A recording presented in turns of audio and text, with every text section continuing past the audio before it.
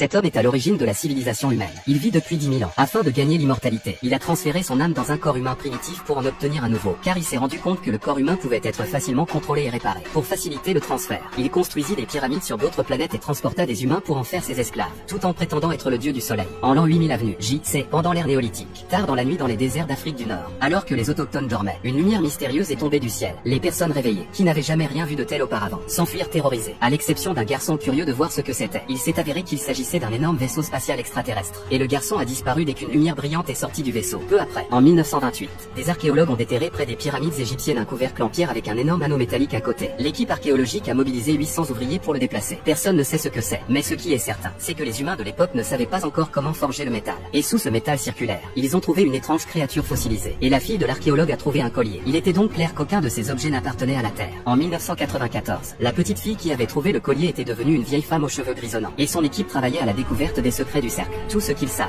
c'est que le cercle a une longue histoire, qui remonte à avant l'aube de l'homme. Bien que les symboles gravés sur le cercle soient similaires à l'ancienne écriture égyptienne, personne ne pouvait les lire et personne n'a jamais compris ce qu'ils signifiaient vraiment, jusqu'à l'arrivée d'un homme nommé Marc, qui avait une vision très particulière de l'histoire et de l'écriture de l'Égypte ancienne. Il pensait que l'ancienne civilisation égyptienne n'était peut-être pas née sur Terre, mais qu'elle était née sous l'influence de facteurs externes. Cette idée surréaliste a rapidement été ridiculisée et contestée par les chercheurs traditionnels, mais elle a également attiré l'attention des militaires. Le responsable du programme a approché Marc et lui a offert une chance de prouver sa théorie. À l'invitation du directeur, Marc se rend donc sur une base militaire secrète. Lors d'une réunion des hauts gradés de l'armée, les généraux avaient accueilli l'arrivée de Marc avec beaucoup de dédain. Ces gens faisaient des recherches depuis 2 ans sans résultat. Alors comment pouvait-il faire une nouvelle découverte après 2 semaines de recherche? Mais les paroles suivantes de Marc laissent tout le monde pantois. Il s'avère que les symboles sur la piste extérieure du couvercle de pierre ne sont pas des mots, mais une carte de la galaxie avec 7 coordonnées qui indique finalement un passage à travers l'espace interstellaire. Les 7 coordonnées pourraient former un itinéraire, mais il n'a trouvé que 6 points à l'extrémité du couvercle, et non les coordonnées du point de départ, de sorte qu'il n'a pas pu déterminer l'emplacement exact. Voyant que Marc avait réussi à décrypter l'utilisation de la porte des étoiles, le général fut convaincu. Il a donc cessé de se cacher et lui a immédiatement montré un niveau de secret plus élevé. Alors que la porte en acier s'ouvre lentement, un immense cercle de métal se dresse au centre du laboratoire de recherche. Il est également gravé de symboles anciens. Il s'agit de la légendaire porte des étoiles. Pendant 2 ans, ils ont cherché la dernière série de coordonnées. La collecte de la 7e coordonnée leur permettrait d'activer avec succès la porte des étoiles et d'atteindre ainsi un endroit mystérieux de l'univers. Le secret derrière la porte sera révélé au public. Observant l'anneau rotatif, Marc a une épiphanie et dessine rapidement le symbole de la 7e coordonnée. Le 7e point est enfin identifié. Le personnel se précipite pour entrer les coordonnées détaillées dans l'ordinateur, accompagné d'une sortie d'énergie puissante.